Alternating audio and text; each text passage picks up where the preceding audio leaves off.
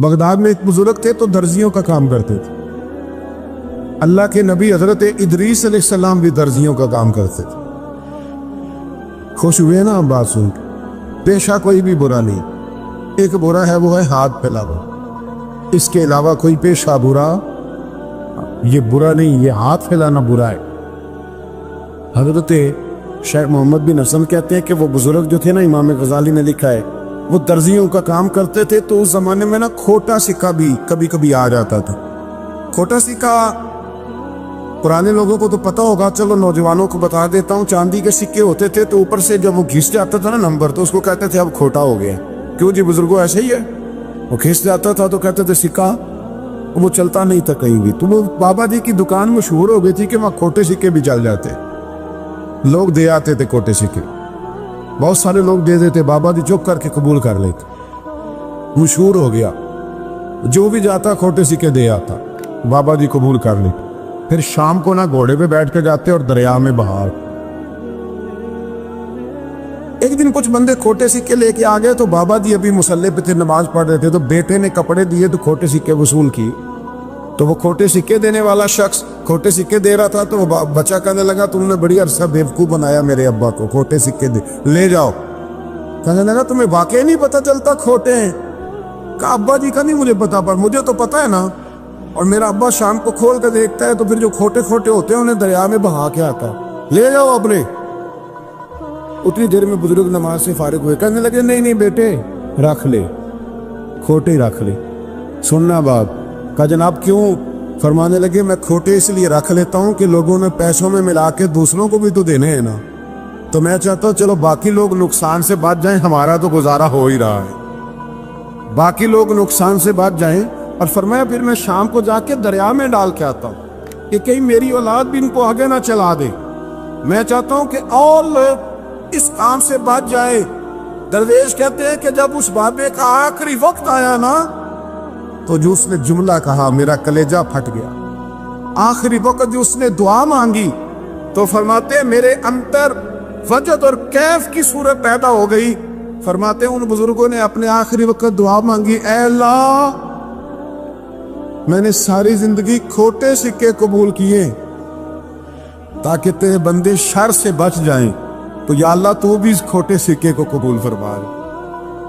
اللہ میں نے کھوٹے سکے قبول کیے، کھوٹے، تاکہ تیرے بندے تکلیف سے بچ جائیں. تو مالک میں بھی کھوٹا ہی ہوں، اللہ تو بھی اس کھوٹے کو قبول فرما لے. اور یہ دعا مانگ کے نا تو کبھی روتے کبھی ہنستے. لوگوں نے کہا کیا ہوا؟ کہتے ہیں لگتا ہے رب نے کھوٹا سکہ قبول فرما لیا. لگتا ہے کہ اللہ نے کھوٹا سکہ لوگوں کو تکلیف سے بچائیں. ہمارا وجود یارو مطلب کیا ہو جائے گا 2 منٹ کے لیے سمجھ لیں کیا ہو جائے.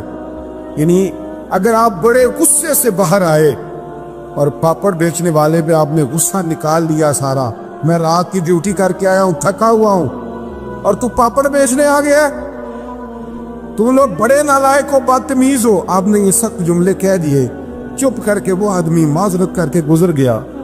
وہ تو سارا دن پریشان رہے گا نا کہ میری غریبی کا مذاق ہو رہا ہے. مطلب ہو کیا گیا؟ ہوا کیا اگر اس نے کوئی بات کر لی؟ ہم نے ارادہ کرنا ہے کہ ہم نے آسانیاں دینے کی کوشش کرنی، ہم نے لوگوں کو تکلیف نہیں دینی، ہم نے کسی کو آزمائش میں مبتلا نہیں کرنا، ہم نے کوئی ایسا کام نہیں کرنا جس کی وجہ سے لوگ سمجھیں کہ یہ آدمی بوجھ بن گیا. کبھی بوجھ نہ بنے. یارو معراج کی بات کرنے کا تو اب وقت آیا ہے، اس لیے کہ معراج کا سارا واقعہ تو مسجد اقصیٰ کی گرد گھومتا ہے. سبحان الذی اسریٰ بعبدہ لیلا من المسجد الحرام الی المسجد الاقصیٰ. حضور نے معراج کی رات مسجد اقصیٰ میں نماز پڑھائی تھی. اور ایک بار پھر سے طیبہ سے فلسطین میں آ، راستہ دیکھتی ہے پھر مسجد اقصیٰ تیرا. ایک بار حضور گئے تھے مکے سے مسجد اقصیٰ، اور پھر حضور فرماتے ہیں جب میں واپس گیا نا تو کفار نے جو کہ مسجد اقصیٰ دیکھی ہوئی تھی تو مجھ سے پوچھنا شروع کر دیا کہ مسجد اقصیٰ کی کھڑکیاں کتنی ہیں، دروازے کتنے ہیں، پلر کتنے ہیں. جب انہوں نے سوال جواب کیے تو حضور فرماتے ہیں کہ رب کریم نے مسجد اقصیٰ کو اٹھا کے میرے سامنے رکھ دیا. میں دیکھتا جاتا تھا، بتاتا جاتا تھا، کہہ لوں بات کر لوں. ایک دفعہ حضور مکے سے مسجد اقصیٰ آئے اور ایک دفعہ مسجد اقصیٰ میرے نبی کی زیارت کے لیے مکے گئی، حضور کی زیارت کے لیے مکہ شریف گئی۔ او میرے نبی تو صرف کسی چیز کی طرف ایک دفعہ دیکھ لیں تو وہ رحمت کے پھول کھلتے ہیں۔ مسجد اقصیٰ کی طرف منہ کر کے 17 مہینے میرے نبی نے نماز پڑھی ہے۔ مسلمانوں پتہ ہی کوئی نہیں، ہماری خبریں ہی اور ہیں، ہمارا درد ہی اور ہے، ہمیں پتہ ہی نہیں بم کہاں برس رہے ہیں، ہمیں یہ خبر ہی نہیں۔ اور میں اس دور میں تقریریں کر رہا ہوں جہاں سوتوں کو جگانا نہیں پڑتا، جاگتوں کو جگانا پڑتا ہے۔ سیانے لوگوں کو سمجھانا ہمارے ذمہ لگ گیا، کیا کرے؟ اس قوم کو سکھانا پڑتا ہے جسے پتہ سارا ہے، لیکن جان بوجھ کے آنکھیں ہماری بند ہیں۔ یہ مولوی کو بات کرتا تو لوگ کہتے دیکھو مولوی گالی دیتا ہے، لیکن اگر قائد اعظم محمد علی جناح کہے کہ اسرائیل امریکہ کی ناجائز اولاد ہے تو پھر تو تمہیں ہضم کر لینا چاہیے نا، پھر تو لیبرل کو بھی ہضم ہونا چاہیے نا کہ قائد اعظم نے کہا ہے، اور اس ناجائز بچے کو تم نے اتنی طاقتیں دے دی کہ وہ مسلمانوں کے قبلہ اول میں نماز پڑھنے والوں کو بھی نہ بخشے۔ کہاں گئی تمہاری وہ انسانی حقوق کی بڑی بڑی تنظیمیں، کدھر گئی؟ اور میرا پاکستانی میڈیا سے بھی سوال ہے، چند دن پہلے سیالکوٹ میں ایک واقعہ ہوا، ناانصافی ہو گئی جی، ناانصافی ہو گئی جی ایک بی بی کے ساتھ۔ ہر بندے نے شور مچایا، بڑے بڑے طوفان اٹھتے ہیں، کیوں ہوا جی کیوں ہوا؟ تو مسجد اقصیٰ کی توہین ہو گئی تو پھر طوفان کیوں نہیں اٹھا؟ ٹاک شو کیوں نہیں ہوئے؟ بحثیں کیوں نہیں ہوئی؟ میں اس موم بتی مافیا کا کیا کروں؟ ان لبرل لوگوں کا کیا کروں؟ ان کے سپورٹروں ووٹروں کا کیا کروں؟ ان سیاسی جماعتوں کے کارکنوں کو کیا نام دوں کہ جو ان فضول بحثوں میں تو وقت ضائع کرتے ہیں، اور وہ مسجد اقصیٰ جس کے بارے میں میرے نبی پاک صلی اللہ علیہ وسلم سے ایک صحابیہ نے پوچھا تھا، یا رسول اللہ مسجد اقصیٰ میں نماز پڑھنا کتنا کو بہتر ہے باقی نمازوں کے مقابلے میں؟ تو حضور نے فرمایا 1000 گنا بہتر ہے۔ بی بی عرض کرنے لگی، سونیا میں جا تو نہیں سکتی، دل بڑا کرتا ہے۔ حضور نے فرمایا جا نہیں سکتی تو وہاں تیل ہی بھجوا دے، جس میں حاضری لگوانے کی حضور بات کریں جس مسجد میں۔ اور نبی پاک علیہ السلام نے فرمایا خاص کر کے سفر کرنا ہوا تو 3 مسجدوں کے لیے کرنا، ایک مسجد حرام بیت اللہ کے لیے، ایک مسجد نبی کے لیے، اور تیسرا مسجد اقصیٰ کی۔ ایک بات بڑی ضروری ہے، وہ میں نے آپ سے ضرور کرنی ہے۔ ایک آیت ہے قرآن پاک کی سورۃ بقرہ پہلا سپارہ آیت نمبر 120۔ اللہ تعالیٰ نے ایک حد بیان کر دی، فرمایا وَلَن تَرْضَىٰ عَنْكَ الْيَهُودُ وَلَا النَّصَارَىٰ حَتَّىٰ تَتَّبِعَ مِلَّتَهُمْ۔ فرمایا یہ یہودی اور عیسائی تم سے ہرگز راضی نہیں ہوں گے۔ یہ قرآن ہے، اور سادہ ترجمہ تفسیر کی بھی ضرورت نہیں۔ یہ معاہدے کر لیں، محبت کے وعدے کر لیں، یہ تم سے راضی نہیں ہوں گے۔ کب راضی ہوں گے؟ حتی تتبع ملتہم، یہاں تک کہ تم ان کے دین کی پیروی کرنے لگ جاؤ۔ میرا جب پہلی دفعہ پاسپورٹ بنا تو میں نے سارا پڑھا، کتابیں پڑھنے کا شوق تھا شروع سے۔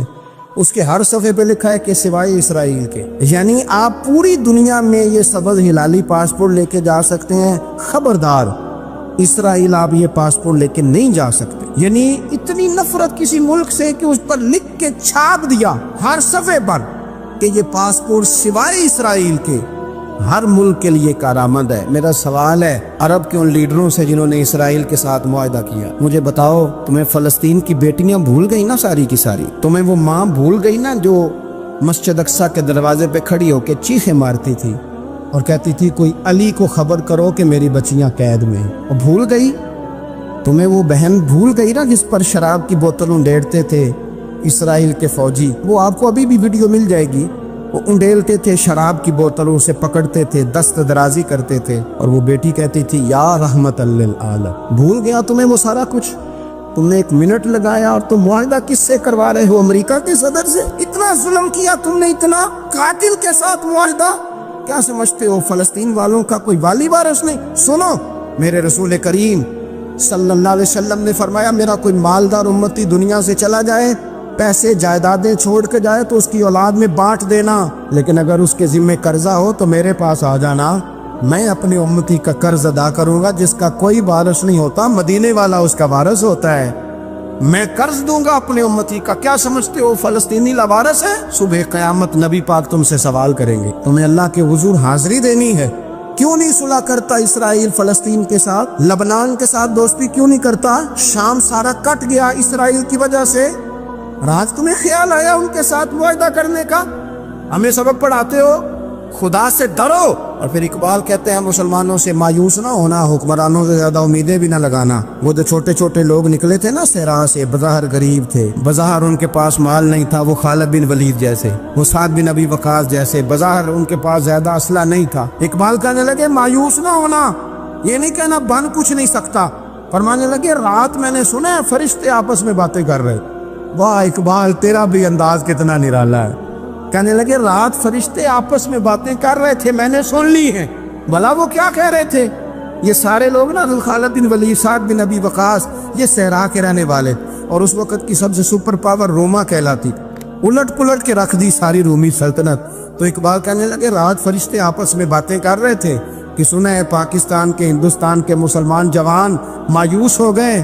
کہنے لگا نہ مایوس ہونا، نکل کے صحرا سے، جس نے روما کی سلطنت کو الٹ دیا تھا، نکل کے صحرا سے۔ گرمی دیکھو اس شعر کی، ولولہ دیکھو اس مرد کا جو مصور پاکستان ہے، نکل کے صحرا سے جس نے روما کی سلطنت کو الٹ دیا تھا، سنا ہے میں نے یہ قدسیوں سے، وہ شعر پھر ہوشیار ہوگا۔ وہ کل باتیں کر رہے تھے کہ بہت سارے ان میں سے پھر جاگ گئے اور بڑی جلدی وہ بلاک بنائیں گے، سنا ہے میں نے یہ قدسیوں سے کہ وہ شعر پھر ہوشیار ہوگا، وہ آئے گا میدان میں، نکلے گا۔ لوگ بیچارے عقیدتوں اور محبتوں کا خراج دیتے رہیں گے، لیکن وہ حُصِّلَ مَا فِي الصُّدُورِ، جب قیامت میں پردہ کھلے گا، وہ قیامت میں پردہ کھلے گا۔ میں نے کہا تھا کچھ جمعے پہلے، پھر بات دہراتا ہوں، ایک درویش شخص ہیں، وہ کہتے ہیں میں زندگی میں کبھی نہیں کام پا، پر ایک طوائف مجھ پہ راشا طاری کر گئی۔ طوائف کہتے ہیں میں نے جبہ کبہ پہنا تھا، طوائف میرے پاس سے گزر رہی تھی، تو میں نے اس کو کہا کہ بچے باز آ جا، اللہ اللہ کیا کر، چھوڑ دے۔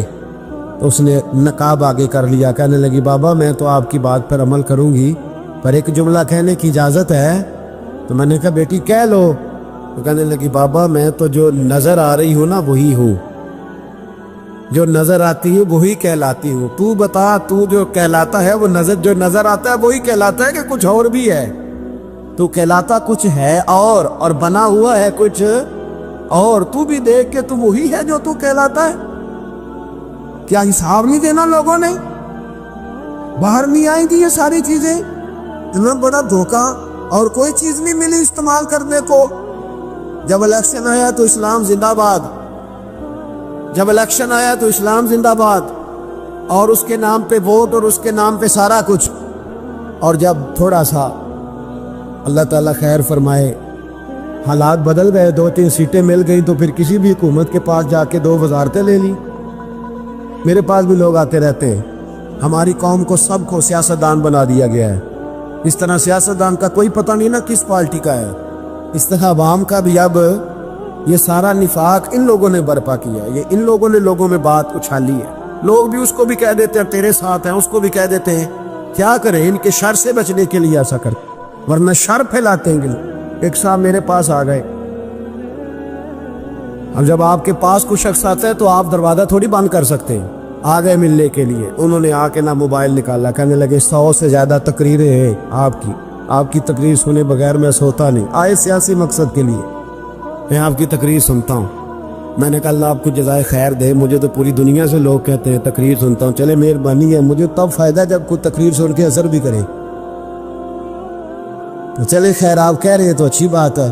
انہوں نے اس پر اور تھوڑا زور دینا شروع کیا، تو کئی دفعہ نا تکلیف ہوتی ہے کہ یار آپ کیا سمجھتے ہیں سامنے والا پاگل ہے، بیوقوف ہے، اور جو ساتھ لے کے آنے والے ہوتے ہیں وہ بھی خیال نہیں کرتے ہم کیا کہہ رہے ہیں۔ آپ پاگل سمجھ رہے ہیں سامنے والے کو کہ آپ جھوٹی تعریف کریں گے سامنے والا مان جائے گا؟ ڈرنا چاہیے اللہ تعالیٰ سے۔ یہ بڑی تقریر، وہ جو آپ نے ایک موقع پہ کہا تھا، میں نے اسے کہا، میں نے کہا صاحب آپ نے 10 دفعہ کہا ہے تو میں نے سن لیا ہے، لیکن مجھے 1% بھی خوشی نہیں کہ آپ مجھے سنتے۔ یہ کام آپ الیکشن کے بعد آ کے میرے ساتھ کرتے تو مجھے بڑی خوشی ہوتی، مجھے تسلی ہوتی کہ آپ واقعی مجھے سنتے ہیں۔ یہ کیا بات ہوئی؟ پتہ نہیں اب آپ کس کس کو جا کے یہ کہیں گے، کس کس کے ساتھ آپ یہ زاویہ نگاہ لگائیں گے۔ جو تجھے دیکھ کے پھر کسی اور کو بھی دیکھے، جو تجھے دیکھ کے پھر کسی اور کو بھی دیکھے، تماشائی ہے وہ طالب دیدار نہیں۔ تو میں نے کہا آپ تماشائی بن کے نہ آئے، مہربانی فرمائیں، جائیں کہیں اور جا کے۔ کیا سمجھا لوگوں نے؟ جس طرح کا آپ موڈ آئے گا، جس کے ساتھ آپ جائیں گے۔ اب تو اتنا ماحول عجیب ہو گیا، پہلے کو کسی بزرگ سے ملتا تھا نا، کسی کو نیک سمجھ کے تو کہتا تھا حضرت میرے لیے دعا کرنا، اب کو ملتا تو کہتا حضرت جی اوراں ویکھیا جے تہاڈی سیلفی لینی ہے۔ یہ کون سا دین؟ آپ مذہب کے نام پہ بھی وہی ملمہ سازی، وہی بناوٹ۔ تو جب راز کھلے گا، وحصل ما فی الصدور، جب سینوں کی چیزیں باہر آئیں، میں کہتا ہوں آج راز کھل جائے، مشکل ہو جاتا ہے، لوگ وضاحتیں دیتے پھرتے۔ جب قیامت میں راز کھلیں گے، سب سے پہلے دیندار شخص کو دیکھنا چاہیے۔ میرے نبی پاک علیہ السلام نے فرمایا سب سے پہلے جہنم میں ریاکار عالم دین کو ڈالا جائے گا۔ عالم کو سب سے پہلے دوزخ میں ڈالا جائے گا، اس لیے کہ اس نے اپنا قد اونچا کرنے کے لیے دین کو ٹیشو پیپر بنایا تھا۔ یہ تو بات ہو گئی دینداروں کی۔ ایک سیاستدان نے نعرہ لگایا، اس نے کہا روٹی دوں گا، کپڑا دوں گا، مکان دوں گا۔ ایک بعد میں پھر آ گیا، اس نے کہا تحفظ دوں گا۔ ایک تیسرا آ گیا، اس نے کہا میں فلاں کر دوں گا۔ آتے رہے لوگ، بیچارے مجبور ہیں، پریشان ہیں۔ ہمارے ملک میں پی ایچ ڈی کرنے کے بعد لوگوں نے چائے کے ڈھابے بنائے ہوئے ہیں، لوگ آزمائش کا شکار ہیں۔ کدھر جائیں؟ سیاستدان کے پیچھے لگ گئے، لوگوں نے نعرے بھی لگائے، لوگوں نے اپنی جیب سے پوسٹر بھی اس کے بلوا کے چسپاں کیے، ساری اس کے پیچھے لوگ لگ گئے۔ اب ہمیں تو نہیں نہ پتا تھا کہ وہ تو غریبوں کے جذبات سے کھیل کر اپنا قد اونچا کرنے جا رہا ہے، وہ تو ہوس اقتدار کا پجاری ہے، وہ تو صرف اسی کے لیے لوگوں کے جذبات سے کھیل رہا تھا۔ اس نے تو اتنے زبردست نعرے اس لیے سکھائے تھے کہ لوگ میرے پیچھے لگ جائیں، کسی کی مجبوری کا نام لے کے اسے پیچھے لگا کے پھر وہ اپنے ذاتی مفادات لینا چاہتا تھا۔ اللہ فرماتے ہیں دنیا میں تو دھوکہ دے لے گا، پر وحصل ما فی الصدور، میں راز کھول دوں گا۔ ایک حدیث سنانے لگا جو آپ نے رٹ کے یاد کرنی ہے، کر لیں گے انشاءاللہ؟ بولیے سارے کہیے انشاءاللہ کر لیں گے یاد ماشاءاللہ سے۔ سنیں، ابو داؤد شریف میں، ترمذی میں حدیث ہے، نبی پاک علیہ السلام نے فرمایا کچھ لوگوں کی پشتوں پر اللہ قیامت میں جھنڈے گاڑ دے گا۔ پشت ہوتی ہے نا، پشت، مقعد، سرین، اس پر اللہ جھنڈا گاڑ دے گا، وجود کے ساتھ لگا دے گا۔ حدیث صحیح عرض کر رہا ہوں، حضرت انس بن مالک رضی اللہ تعالیٰ عنہ حدیث کے راوی ہے، فرمایا جھنڈا پشت کے ساتھ گاڑ دیا جائے گا، اونچا جھنڈا ہوگا قد سے۔ تو لوگ سارے کہیں گے یا اللہ یہ کون ہے، کون ہے یہ؟ تو رب کریم فرمائے گا یہ اپنی قوم کا غدار ہے، یہ اپنی قوم کا، ان کے جھنڈے یہاں نہیں لگیں گے، ان کے جھنڈے وہاں بھی لگیں گے۔ میرے نبی پاک علیہ السلام نے فرمایا غداروں کی پشتوں پہ اللہ جھنڈے لگائے، اور یہ جھنڈے لگیں گے، اور جب لوگ پوچھیں گے یہ کون ہے تو کہا جائے گا وہ یہ ہے جس کو قوم نے امانت دار سمجھ کے سربراہی دی، پر یہ غدار نکلا۔ قوم نے اعتماد کیا، امانت دار سمجھ کر یہ غدار نکلا۔ یاد رکھنا تمہارے جھنڈے لگیں گے، آج تمہاری گاڑیوں پہ سرکاری جھنڈے ہیں، آج تمہاری بڑوں بازاروں پر سرکاری جھنڈا ہے، قیامت میں تمہاری پشت پر غداری کا جھنڈا ہوگا، غداری کا۔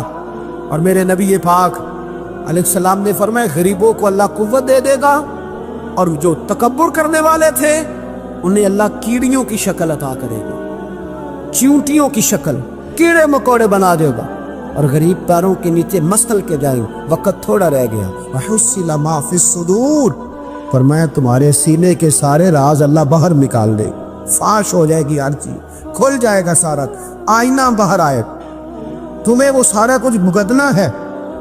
کتنے بادشاہ گزرے آپ کے ملک میں، کتنوں کی قبروں پہ لوگ فاتحہ پڑھنے جاتے ہیں، کتنے ہیں جن کا اب نام ہوتا ہے، تصویریں لگی ہوئی ہیں پارلیمنٹ میں، اس سے زیادہ کوئی شے؟ ختم ہو گئی بات۔ کدھر گئے ہمارے تو نوجوانوں کو یاد بھی نہیں، کیا کسی نے کمال کر لیا وزیر اعظم بن کے، کیا اس نے کر لیا؟ ختم ہو گئی بات۔ خدا را جو آپ ہیں آپ وہی بیان کریں، دھوکہ نہ دے، ورنہ یہ رات جب کھلے گا، میرے نبی پاک علیہ السلام نے فرمایا بہت بڑا تاجر قیامت میں اللہ کی بارگاہ میں کھڑا کیا جائے، اللہ اس کے بچوں کو بھی بلائے گا، کہے گا تمہیں پتہ ہے تمہارا مال حرام ہے، ناجائز ہے، تمہارے باپ نے دھوکے سے کمایا ہے۔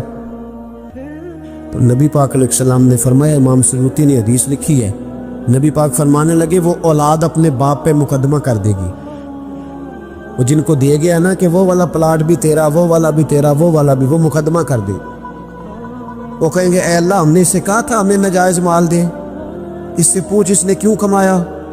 میرے مصطفیٰ کریم علیہ السلام فرماتے ہیں احد پہاڑ کے برابر اس کی نیکیاں ہوں گی، لیکن جرم یہ ہوگا کہ کمائی حرام تھی، تو اللہ کریم ان بچوں کے مقدمے کی وجہ سے باپ کو جہنم میں داخل کر دے گا۔ یہاں وہ سخی بھی بن کے گیا ہے، یہاں وہ کہتا وہ کہانیاں سنایا کرتا تھا کہ میں بڑی محنت سے آگے گیا ہوں۔ وَحُصِّلَ مَا فِي الصُّدُورِ، میں تمہارے سینوں کی چھپی چیزیں راز کھول دوں، راز فاش ہو، تمہیں ہر چیز دیکھنی پڑے گی۔ میرے رسول پاک علیہ السلام کی ایک حدیث بڑی انفرادی ابن حجر نے لکھی، میں تو اس حدیث کو پڑھ کر میں نے کتاب بند کر دی، میں نے کہا اللہ انہیں معاف کرے۔ نبی پاک علیہ السلام نے فرمایا جس کو امین بنایا گیا اور اس نے خیانت کی، وہ کسی جگہ کا بھی امین تھا، وہ ممبر رسول کا امین تھا یا ڈاکٹر کی کرسی کا، وہ کسی سکول کے ادارے کا امین تھا یا حکومت میں کسی عہدے پہ جسے امین بنایا گیا۔ توجہ ہے میری بات پر؟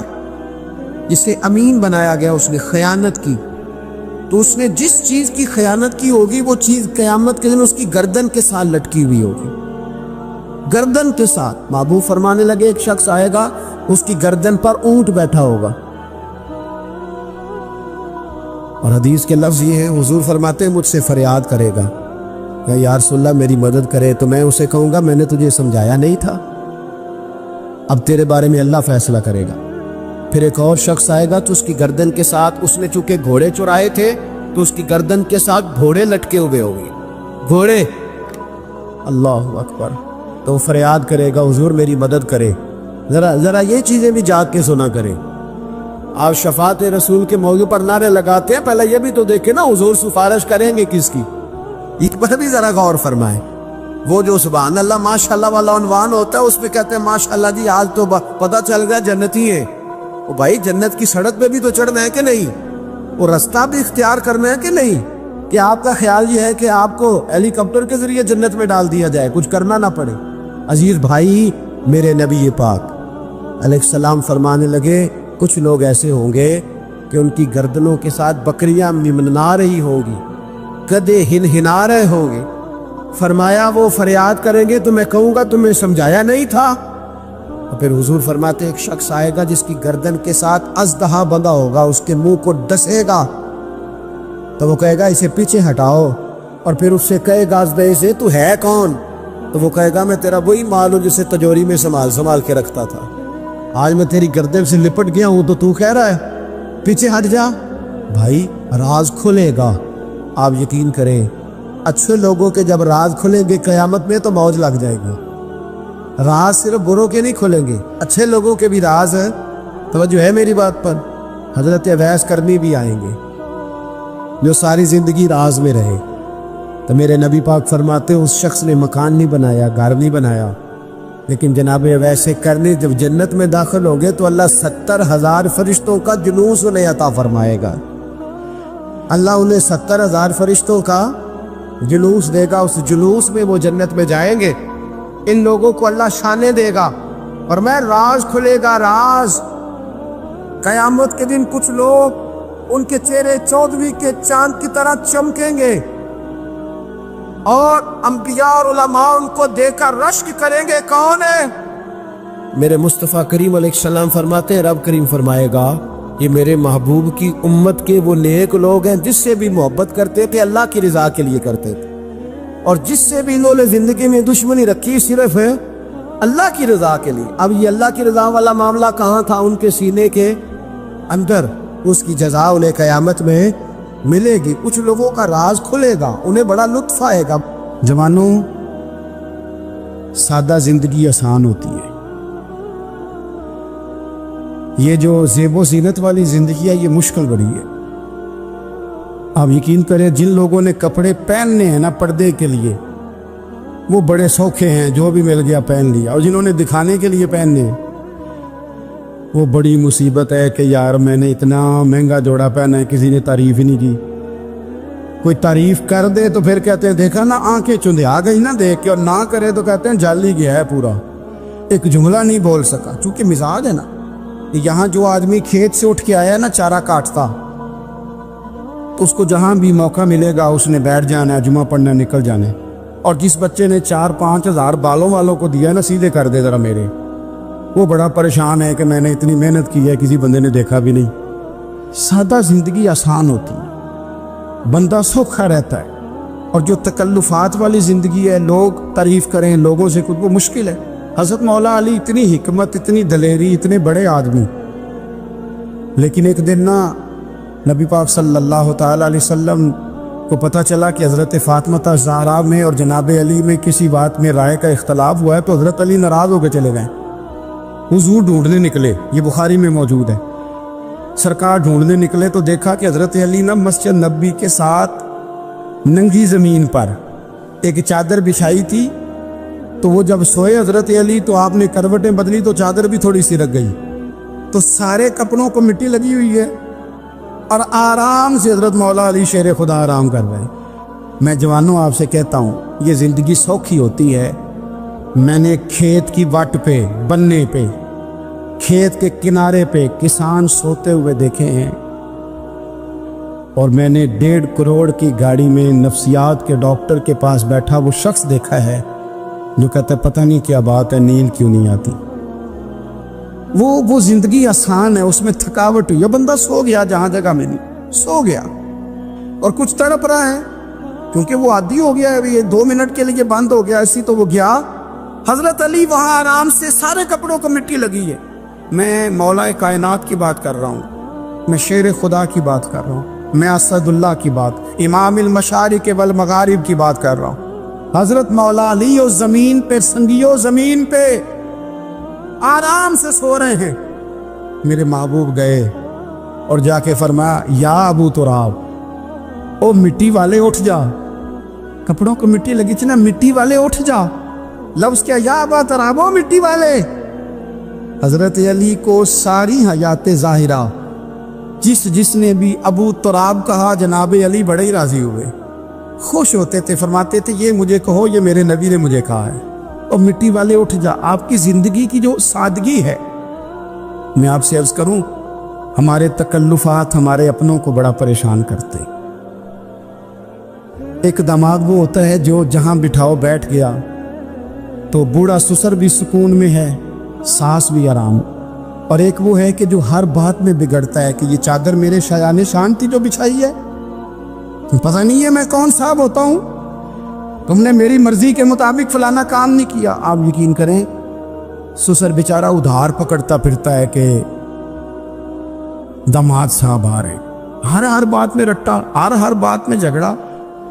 میرے پاس سنگی دور دراز سے آتے ہیں تو میں دیکھتا ہوں کہ اپنا لہجہ ہے، تو کچھ لوگ اتنے میٹھے، اتنے پیار والے آتے ہیں کہ یوں محسوس ہوتا ہے کہ جیسے ان کے لیے آپ کو کوئی تکلف کرنے کی ضرورت نہیں، اور کچھ ایسے ہیں کہ آپ کو سرانے کھڑے ہونا پڑتا ہے کہ جناب کی چائے جلدی لے آئیں۔ مزاج نازنی پہ بعض چیزیں گراں گزرتی، تو بھائی جب آپ سادہ اور آسان ہو جاتے ہیں تو آپ دوسروں کے لیے بھی دشواری کم پیدا کرتے ہیں۔ حضرت علی شیر خدا کہتے ہیں بھوک لگ گئی تھی،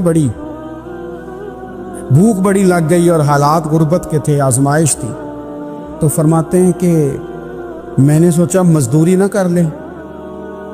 ہم کیا کرتے ہیں، جو زیادہ غریب ہے وہ مانگ لیتا ہے، جو درمیانے طبقہ ہے کا وہ ادھار لے لیتا ہے۔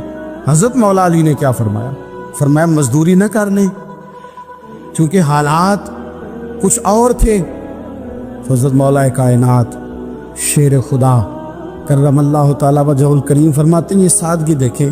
آپ فرماتے ہیں میں مزدوری ڈھونڈنے نکلا، کیوں نہیں ملتی ہمارے جوانوں کو مزدوری، کیوں کہانیاں سناتے ہیں۔ حضرت علی کہتے ہیں میں ڈھونڈنے نکلا، ایک عورت کو میں نے دیکھا کہ اس نے کچھ مٹی نکال کے رکھی ہوئی ہے، تو اسے تر کرنا چاہتی ہے۔ پرانے زمانے میں مٹی میں پانی ڈال کے اسی سے لوگ کام لیتے تھے، اسی سے دیواریں بن جاتی تھی، ہم گھارا کہتے ہیں اپنی زبان میں، تو وہ گھارا بنانا چاہتی ہے لیکن پانی نہیں نکل رہا اس سے نا، اس نے کنویں سے پانی نکالنا، نکل نہیں رہا۔ تو حضرت مولا علی شیر خدا کرم اللہ تعالیٰ وجہ الکریم فرمانے لگے، میں نے اس بی بی سے کہا کہ میں پانی نکال دوں، مزدوری دو گی؟ اس نے کہا میں بھی مزدوری تلاش کر رہی تھی، ایک پانی کا ڈول آپ نکالیں گے اور مٹی پہ ڈالیں گے تو ایک کھجور دوں گی۔ حضرت علی فرماتے ہیں گرمی بڑی سخت تھی، میں نے 16 ڈول پانی کے نکالے، 16 برتن بھر کے پانی نکالا اور اس مٹی پہ ڈالا، پھر میں ہاتھ دھو کے آیا اور اس خاتون کے پاس بیٹھا تو اس نے مجھے، او مزدورو کمزور کمزور پڑتے ہو، پیچھے پیچھے ہو کے بیٹھتے ہو، خیال بناتے ہو کہ ہم کوئی کمزور لوگ ہیں، یہ دیکھو میں کن کی بات کر رہا ہوں، جن کا پیار ایمان ہے، جن کی محبت ایمان ہے۔ حضرت مولا علی شیر خدا تمہیں سبق دے رہے ہیں کہ حکمت، دانائی، بہادری اور پھر سادگی۔ مجھ سے کئی دفعہ لوگ پوچھتے ہیں آپ کے والد صاحب، تو میں نے کبھی جھجک کے نہیں بتایا، نہیں میرے ابا پروفیسر نہیں تھے، میرے ابا پیر نہیں تھے، میرے والد صاحب جو تھے وہ عالم نہیں تھے، لیکن مجھے فخر ہے جب ان کا انتقال ہوا اور میں انہیں غسل دے رہا تھا تو اس وقت بھی ان کے ہاتھوں پہ چھالے تھے، اس لیے کہ وہ مزدور تھے، وہ محنت کرتے تھے، انہوں نے جیبیں کاٹ کے روٹی نہیں کھائی، انہوں نے ہمیں جو کما کے کھلایا ہے وہ محنت اور مزدوری کا ہے۔ میں ناز سے کہا کرتا ہوں الحمدللہ میں کسان کا بیٹا ہوں، میں اس کا بیٹا ہوں جو دھرتی کا سینہ چیر کے اناج اگاتے تھے۔ اور میں نے دیکھا ہے کہ جب بڑولے میں میری اماں گندم بھرنے لگتی تو میرے والد صاحب فرماتے تیاں تیانیاں دا حصہ بھی کٹ لیں، غریباں دا بھی کٹ لیں، فلاں دا بھی، کہ فلاں آدمی دی گندم عید کی تھوڑی ہوئی ہے، وہ 2 بوریاں ادھر بھی بھیجنی ہے۔ تو وہ جو غریبی کی سخاوت تھی اور وہ جو سادگی کی سخاوت تھی، اس کے اندر جو رانائی تھی اور اس کے اندر جو جذبہ اور شوق تھا، مزدور کا بیٹا پیچھے پیچھے جاتا ہے اور وہ گھبرا کے زندگی گزارتا ہے، تمہیں تو سار اٹھا کے جینا چاہیے۔ اس لیے کہ حضرت مولا علی شیر خدا کہتے ہیں میں مزدوری کر کے کھجوریں کما کے لایا، اور لا کے نہ تو میں نے اکیلے نہیں کھائی وہ، کیونکہ قحط کا دور تھا، حالات اور تھے، فرماتے لا کے حضور کو پیش کی۔ میں نے کہا حضور یہ کھجوریں ہیں، تو کریم نے پوچھا کہاں سے آئی ہیں؟ میں نے عرض کی حضور بھوک بڑی لگ رہی تھی تو مزدوری کے لیے نکلا، تو ایک عورت نے اپنے مٹی کو پانی لگانا تھا تو میں نے محنت کر کے یہ 16 کھجوریں کھائی ہیں۔ تو کہتے ہیں حضور زمین پہ بیٹھے تھے، مجھے بھی ساتھ بٹھا لیا، کھجوریں ہم نے وہاں رکھ لی، بڑے شوق سے میٹھی میٹھی باتیں بھی ہونے لگی۔ یہ تو جو لوگ روز کھاتے ہیں نا گوشت، وہ تو نخرے کرتے ہیں، کہتے ہیں وہ جناب یہ ذرا یہ چیز مجھے ہضم نہیں ہوتی، کولیسٹرول ہے فلان، پیچھے لے جاؤ پیچھے۔ لیکن کبھی آپ دوپہر کو مزدور کو روٹی کھاتے دیکھیں، وہ جس طرح ہاتھ دھوتا ہے اور پونے کو اچار لگ جاتا ہے سارا جو وہ باندھ کے لایا ہوتا ہے، اور لیکن جب وہ کھا کے کھانا اچار کے ساتھ آسمان کی طرف دیکھتا ہے، لفظوں میں نہیں، کیونکہ لفظ تاثیر سے بنتے ہیں، تلفظ سے نہیں، اہل دل آج بھی ہیں اہل زبان سے آگے، وہ جو لہجے سے رب کا شکر ادا کرتا ہے تو اس کی آنکھوں کی روشنی بتاتی ہے کہ جو اس نے کھایا ہے اس نے رب کا شکر بھی صحیح کر کے ادا کیا ہے، پھر اٹھ کے کام۔ تو حضرت مولا علی شیر خدا کہتے حضور نے مجھے وہیں بٹھا لیا اور رغبت سے کھجوریں کھانے لگے۔ ایسا کوئی محبوب کہیں ہوگا نہ کہیں ہے، دیکھو بیٹھا ہے چٹائی پہ مگر عرش نشی ہے، اور ملتا نہیں کونین کو کیا کیا تیرے در سے، ایک لفظ نہیں ہے جو تیرے لب پہ نہیں ہے۔ اپنی زندگی میں یہ 3 باتیں اپنائیں، ایک تو حکمت کے ساتھ، دانائی، مزاج جارحانہ نہ بنائیں، جارحانہ مزاج سے کچھ بیوقوفوں کو تو متاثر کیا جا سکتا ہے، فہم و فراست والے لوگوں کو متاثر نہیں کیا جا سکتا۔ جارحانہ مزاج نہیں، حکمت والا، دانائی والا، معاملہ فہمی والا مزاج بنا۔ اور دوسرا، کمزور نہیں پڑے زندگی میں، اپنے آپ کو خود حوصلہ دیں، اپنے آپ حوصلے میں ہوں گے تو آپ کے ارد گرد لوگ تسلی میں ہوں، آپ اپنے مزاج میں دلیری لائیں۔ اور تیسری بات، زندگی کو سادہ کریں، یہ سادہ ہوگی آپ کے لیے، آپ کے گھر والوں کے لیے، سب کے لیے آسانی ہو۔ جو آدمی گھر جاتا ہے اور مصیبت کھڑی کر دیتا ہے نا میں آ گیا ہوں، تو اس کے گھر والے بھی بڑے پریشان ہیں، اس کے بچے یہ دعا نہیں کرتے ابا جی گھر آئیں، بلکہ یہ دعا کرتے ہیں کہ یہ آئے ہیں تو اللہ جانے کب جائیں گے۔ حضور کو مکہ بھی بڑا ہی پیارا ہے، اس شہر سے بھی رسول کائنات کو بڑی ہی محبت، لیکن پتہ ہے مسلمانوں کو مدینے سے اتنا پیار کیوں ہے؟ یہ محبت ذاتی نہیں، یہ بھی خدائی ہے، یہ نہ اللہ کی دی ہوئی، مالک کی عطا ہے۔ حضور نے دعا فرمائی مدینے کی محبت کے لیے، نبی پاک نے، جو ہمارے سینے مچلتے ہیں، دل تڑپتے، ہماری اولادیں روتی ہیں، ہم سب کچھ قربان کر کے بھی اس شہر نور میں جانا چاہتے ہیں۔ تو یہ خدائی فیصلہ ہے، اللہ کی پیدا کی ہوئی محبت ہے۔ حضرت سیدہ عائشہ صدیقہ رضی اللہ تعالیٰ عنہ فرماتی ہیں، بخاری مسلم میں موجود ہے، فرماتی ہیں جب رسول پاک صلی اللہ علیہ وسلم مدینہ تشریف لائے تو حضرت ابو بکر صدیق رضی اللہ تعالیٰ عنہ اور حضرت بلال حبشی رضی اللہ تعالیٰ عنہ کو نا بخار ہو گیا۔ تو فرماتی ہیں چونکہ دونوں کو بخار تھا تو ایک روایت میں تو یوں بھی ہے کہ حضرت بلال نا مکے کے فراق میں شعر بھی پڑھتے تھے۔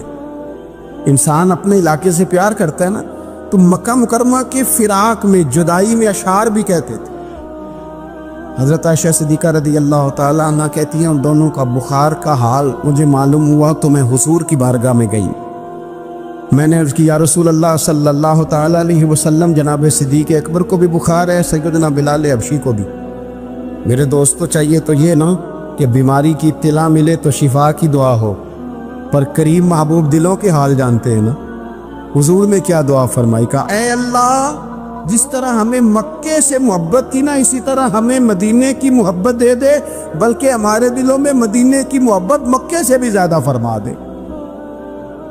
یہ دعا حضور نے مانگی تو مومنوں کے دلوں میں پیار ہے مدینے کا، یہ نبی پاک نے مانگا اللہ سے، دلوں میں پیار ہے، دل کھچے چلے جاتے ہیں جنہوں ویک کے ٹھر دیاں اکھیاں نے، جنہوں ویک کے ٹھر دا سینہ ہے۔